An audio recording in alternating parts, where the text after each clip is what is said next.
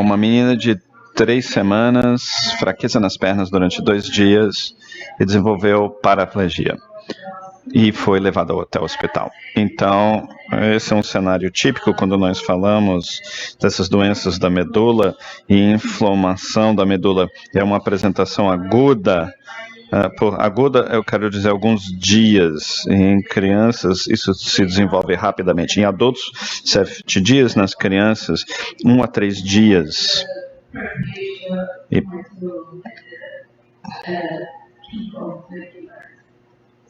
Então, nós temos T2, T1, as alterações de sinal na medula, com extensão longitudinal, não está causando muita expansão da medula.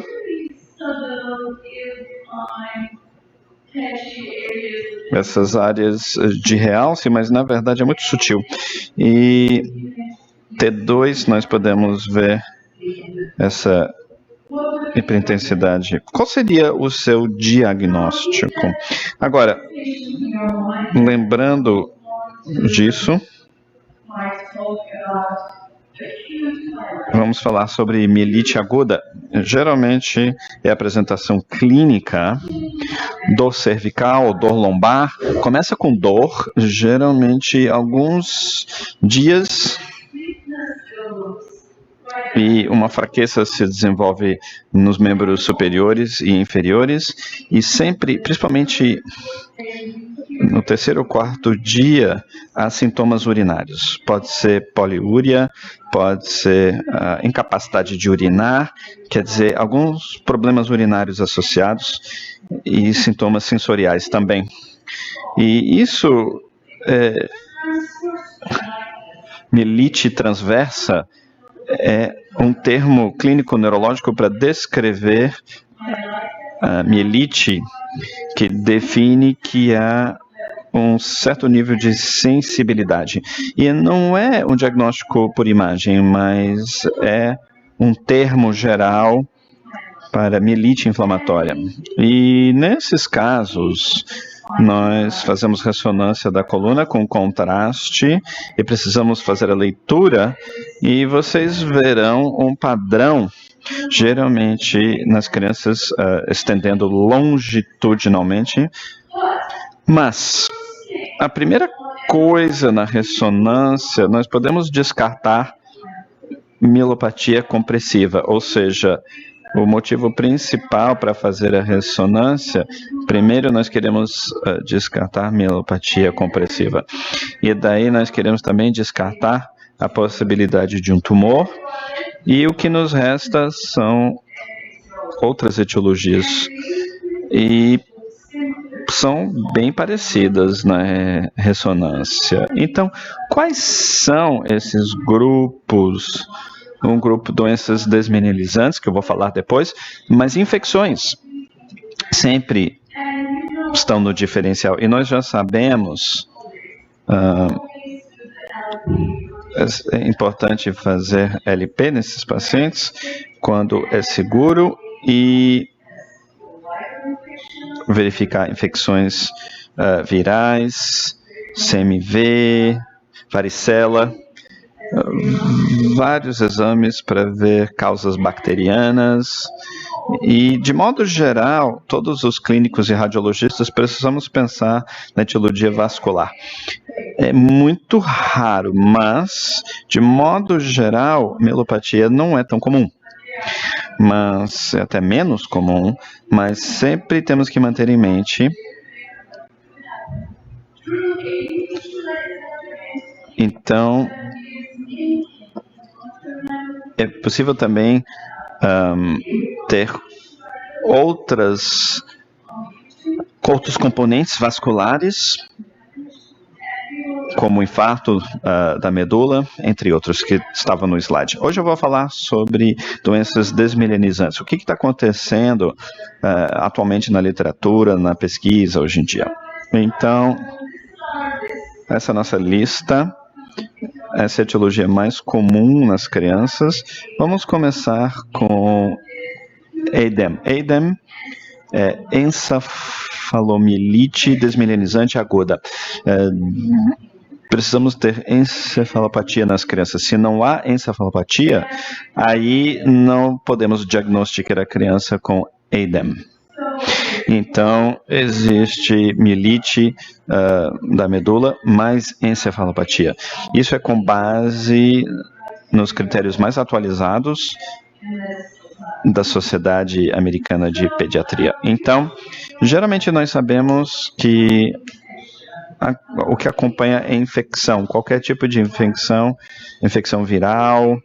2 ou 3 semanas depois, a mielite começa. Existe esse tipo de histologia ou história comum. Geralmente é polifocal, os membros superiores, inferiores, e até agora, para diagnosticar EIDEM, não existe um teste específico, mas eu acredito que EIDEM, nessa altura onde a pesquisa existe, EIDEM é um termo tipo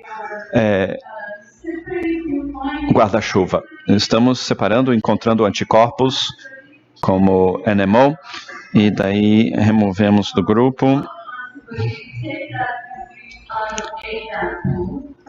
Então, eu acho que, na verdade, o diagnóstico de EIDEM vai diminuir. Eu não acho que é uma entidade tão específica. É a apresentação de várias entidades. Então, não existe um único teste EIDEM, mas essas crianças, principalmente, têm um diagnóstico positivo de MOG. Então, metade EIDEM nas crianças serão MOG, pelo menos na minha experiência, e, portanto, é um diagnóstico de exclusão. E é para ser monofásico, mas nós sabemos que existe EIDEM multifásico. E muitas outras coisas. Eu acho que isso vai mudar com o tempo. Então, aqui nós temos a história clássica de EIDEM. É a história da Ruby. Ruby, uma menina de 6 anos, de repente ela se tornou paraplégica. Retenção urinária, alterações do status mental, nenhum controle da cabeça, do tronco ou das pernas.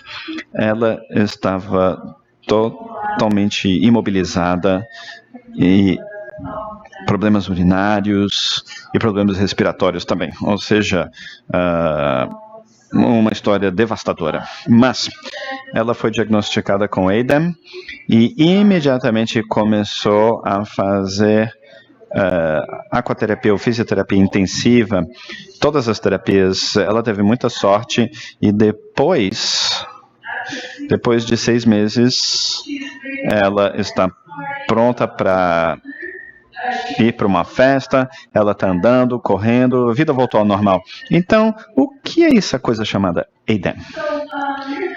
Estamos falando de mielite da medula. É uma extensão longitudinal, como podemos ver aqui. A medula cervical e torácica podem estar cometidas, mas geralmente é comprido mais do que segmento de 3 vértebras. Agora, na imagem axial, nós podemos ver uma boa parte da medula tem alterações de intensidade de sinal anormal, principalmente no centro, indo para a periferia. Então, essa substância branca periférica pode estar meio preservada ou totalmente ausente. Enfim, não especifica o diagnóstico. Então, pós-contraste, só 30% de pacientes EIDEM mostram realce com contraste. Não nos ajuda muito no diferencial. Então, eu disse que sempre a encefalopatia associada a EIDEM, e é aqui porque fazemos ressonância cerebral. Eu sugiro fazer essa ressonância em todos os casos de mielopatias onde a gente não sabe a etiologia, não sabemos a história antes dessa ocorrência. Então, podemos ver as abnormalidades nessas regiões do cérebro. Grandes lesões, podem ser muitas lesões, ou talvez apenas algumas lesões, com margens ruins e substâncias branca e cinzenta acometidas. Um outro exemplo, na medula cervical, como podemos ver aqui, extensão longitudinal, mais de 50% acometida. Alterações de hiperintensidade, T1 pode ser hipo ou iso intenso, e apenas 30% mostram realce, contraste. Aqui os achados no cérebro, grandes áreas não muito bem definidas. Nós publicamos recentemente um artigo, crianças com ADEM e NMO, nós tentamos fazer o diagnóstico diferencial e descobrimos que em ADEM tem mais comprometimento do tálamo. Então, podemos ver isso exatamente aqui. Muito bem. Aqui está ADEM. E que tal esclerose múltipla? Durante muito tempo, tivemos esse debate que ADEM é difícil diferenciar. Diagnóstico de esclerose múltipla muitas vezes é simples, porque nós temos um segmento curto, uma apresentação aguda. Apenas 3 a 10% dos pacientes com esclerose múltipla são diagnosticados abaixo de 18. Agora, os trabalhos mais recentes se concentram muito nisso, da Europa, dos Estados Unidos, que as lesões se assemelham muito às lesões em adultos, e geralmente 12 anos ou mais apresentam lesões que nem os adultos.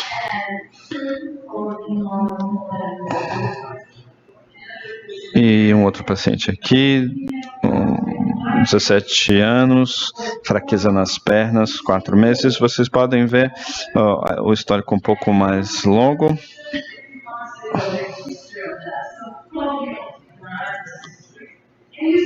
E aqui podemos ver essas lesões. São pequenas, múltiplas, tipicamente nas partes periféricas da medula. Então, uma diferenciação mais fácil. E às vezes há uma lesão que é mais central, mas a maioria das lesões são múltiplas. Agora, uma coisa sobre esses pacientes pediátricos, por algum motivo, na literatura e na nossa experiência, quando chegam a primeira vez no hospital e é uma ressonância, tem múltiplas lesões. Eu não vi com só uma ou duas lesões, várias lesões, e eu recomendo fazer ressonância do cérebro, porque você faz o diagnóstico direto, você não se confunde, está aqui o diagnóstico, o paciente tem essa lesão típica.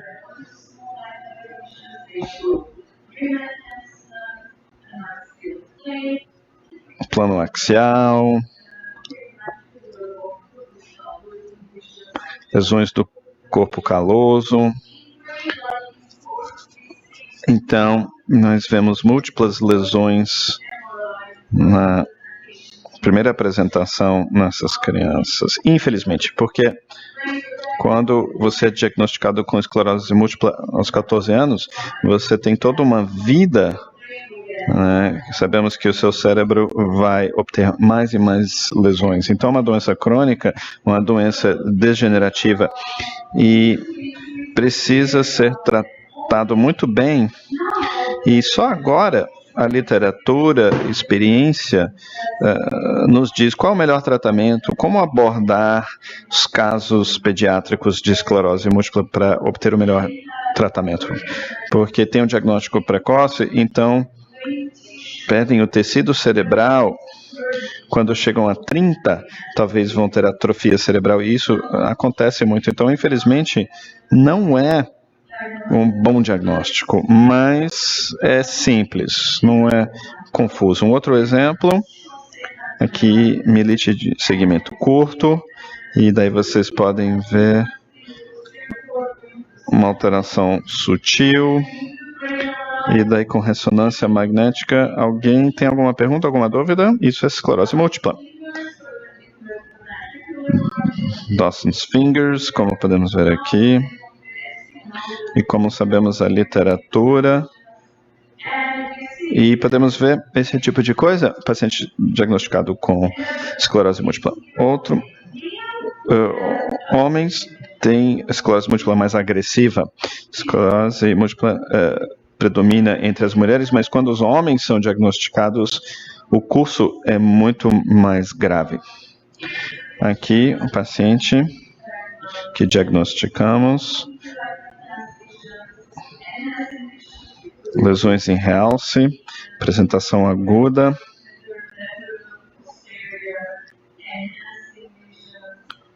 lesões em realce e esclerose múltipla. Bom, o meu tempo está se esgotando, na verdade minhas fotos de Fortaleza estão se esgotando, porque eu estou aqui, né, no congresso. Algumas fotos da Turquia, Izmir. Aqui a nossa própria praia no Mediterrâneo. Aqui vocês podem ver uma visão da minha varanda lá de casa. E aqui são flores e aqui é comida. Aqui é o café da manhã turco. Tomate, pimentão, pão e chá. Eu sei que alguns de vocês iam curtir muito. Bom, agora avançando com os transtornos do espectro neuromielite óptica. Aqui são alguns critérios. Eu recomendo muito esse trabalho para entender. Você tem que ler 3 vezes por mês para realmente entender. Mas eu vou tentar simplificar e me concentrar mais, né, o que realmente é importante para radiologista. Então, é um trabalho, critérios diagnóstico, finalizados com tudo que veio de 2004, como vocês sabem. Essa proteína em astrócitos e anticorpo foi descoberto em 2004, e depois disso os critérios de diagnóstico se desenvolveram em 2007 e depois em 2013. Então 2015 foi o final, depois de tudo que aprendemos sobre isso. Então uma ótima imagem. Eu não quero que vocês se confundem, mas vejam bem essa imagem. Esse lado da imagem é o cérebro normal, astrócitos normais, bem bonitinhos, roxo. Aqui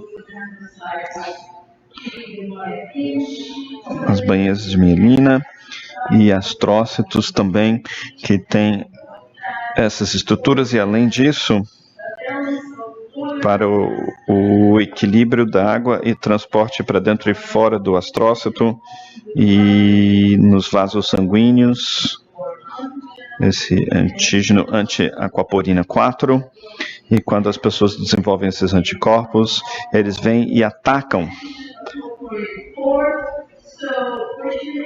Então, na verdade, o que nós temos são danos aos astrócitos. Então, NMO é uma injúria aos astrócitos, nada a ver com bainha de mielina.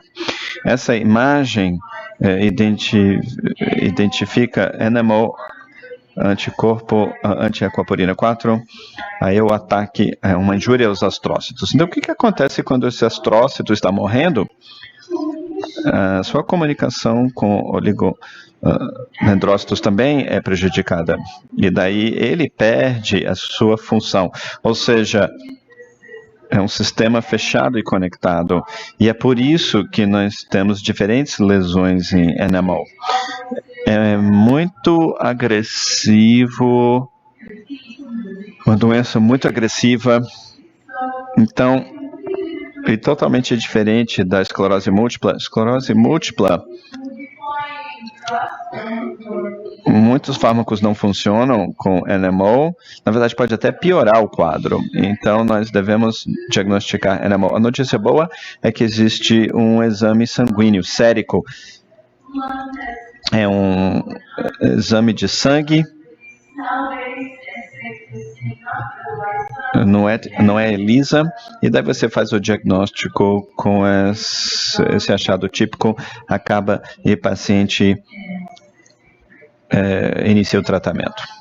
E é uma doença que é para o resto da vida. E o objetivo é prevenir ataques futuros, porque com cada ataque existem danos, perda de função celular e mais morbidade.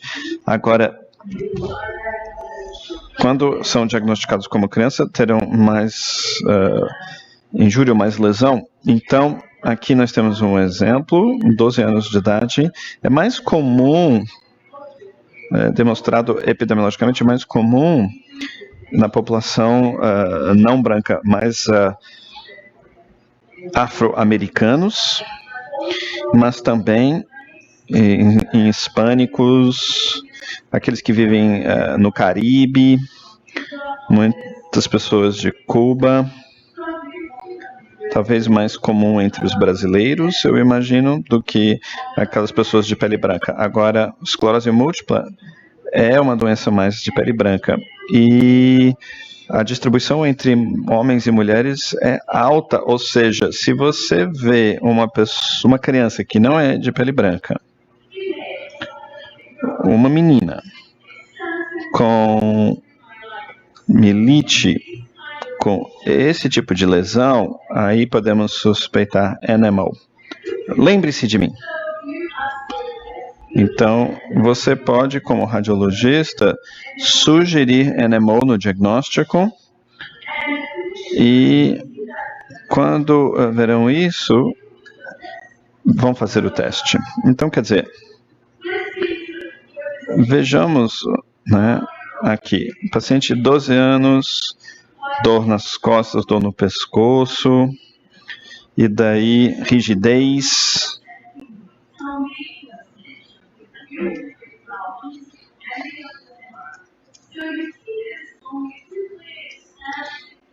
Vocês podem ver essas alterações de sinal, T2 na parte central, e edema.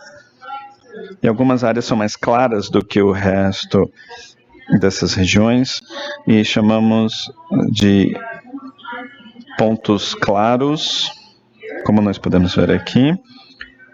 São as áreas com maior lesão ou injúria, por isso que são lesões gravíssimas.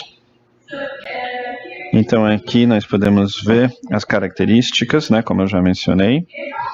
Adultos, né, principalmente as meninas.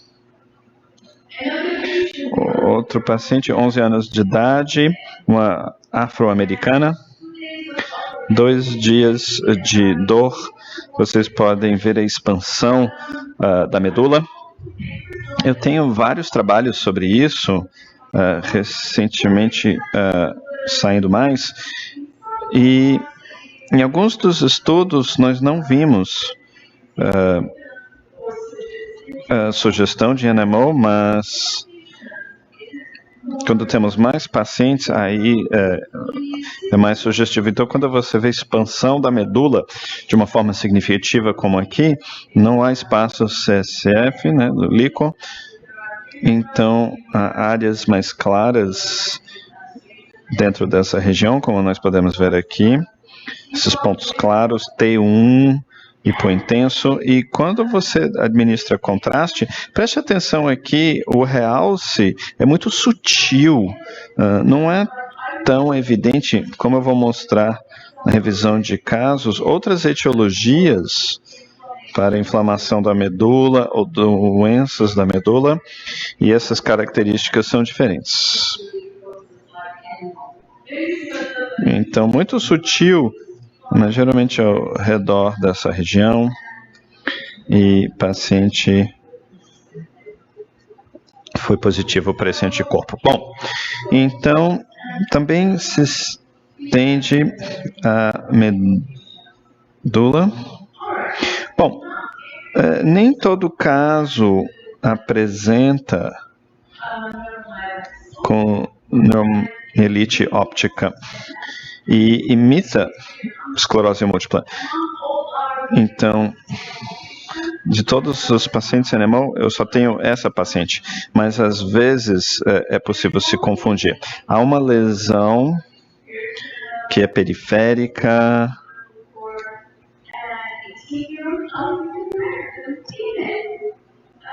e fraqueza, mas o anticorpo acabou sendo negativo. Então, essa criança diagnosticada com esclerose múltipla, mas essa criança diagnosticada em 2006, mais ou menos, hoje em dia, ninguém acha que isso é esclerose múltipla. Ou me perguntam se realmente é, porque nós sabemos que quando há, isso geralmente são múltiplas lesões. Isso é típico de esclerose múltipla. Claro, nós temos casos atípicos, então achávamos que era esclerose múltipla e deve ter recebido o tratamento. Aqui, 7 anos depois, com neurite e um outro ataque. E aqui vocês podem ver a extensão longitudinal, inchaço, realce, lesões com esses pontos claros em algumas regiões e o teste com anticorpos foi repetido. Bom, o outro motivo que isso pode ter sido negativo, eles não utilizavam um exame que hoje em dia é muito positivo, Salvase, que é bastante sensível, e você precisa utilizar esse tipo de coisa. Muito bem. Anticorpo MOG. Que história é essa de MOG? O que é MOG? Glicoproteína. Então, vamos voltar à nossa imagem aqui, astrócitos, oligodendrócitos e axônios. É uma proteína nos oligodendrócitos que forma a mielina.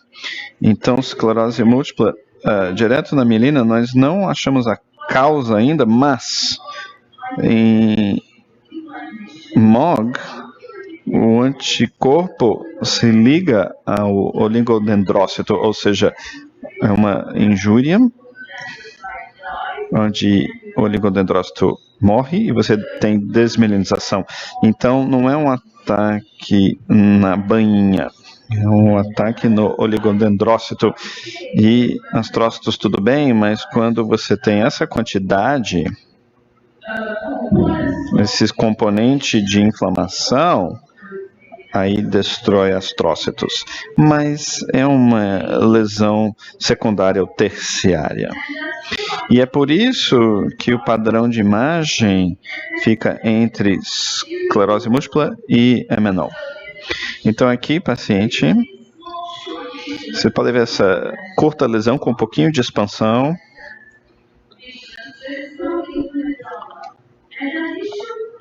E aqui, realce no contraste.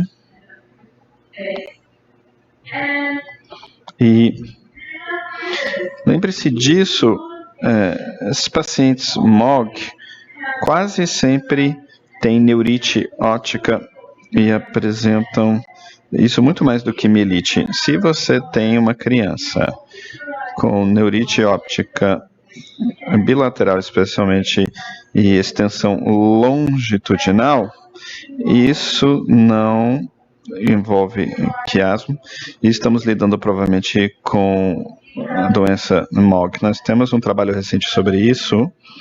Nós não temos tantos casos pediátricos, é uma mistura de casos adultos e pediátricos. Então, podemos ver T2, lembra esclerose múltipla, mas aqui nessa parte...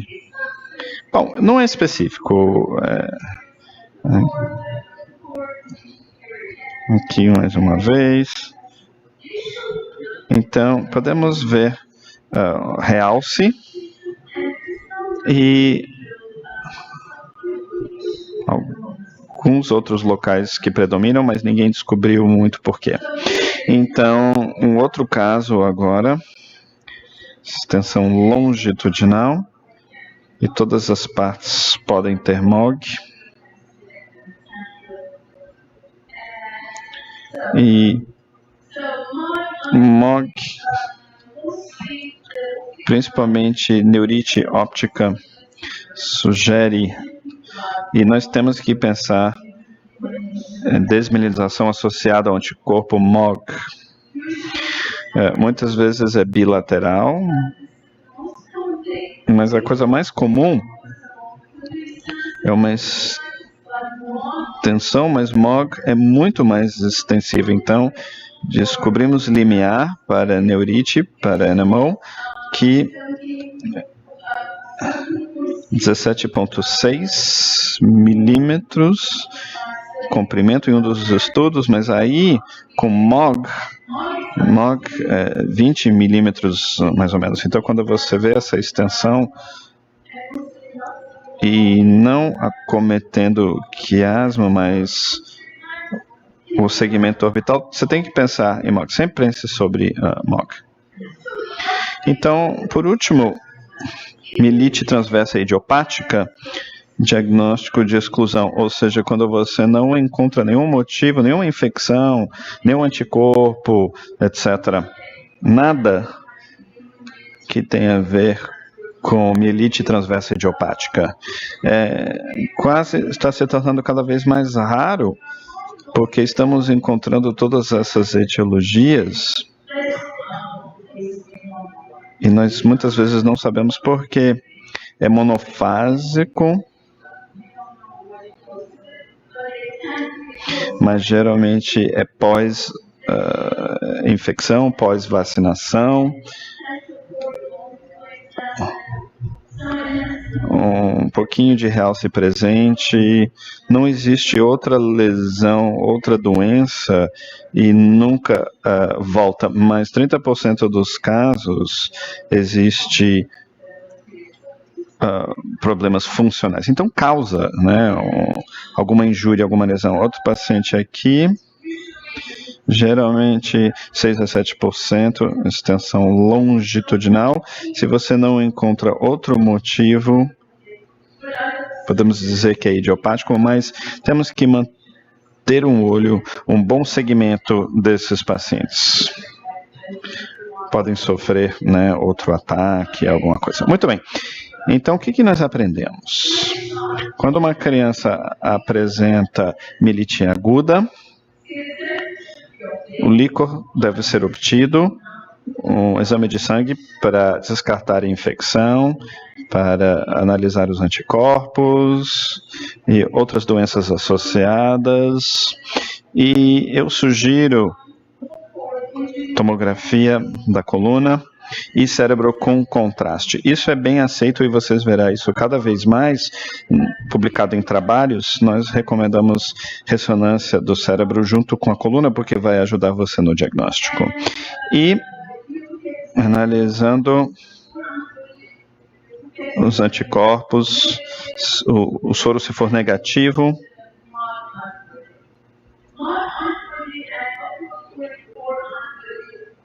então, esses anticorpos nunca são positivos ao mesmo tempo no mesmo paciente. Não há positividade dupla.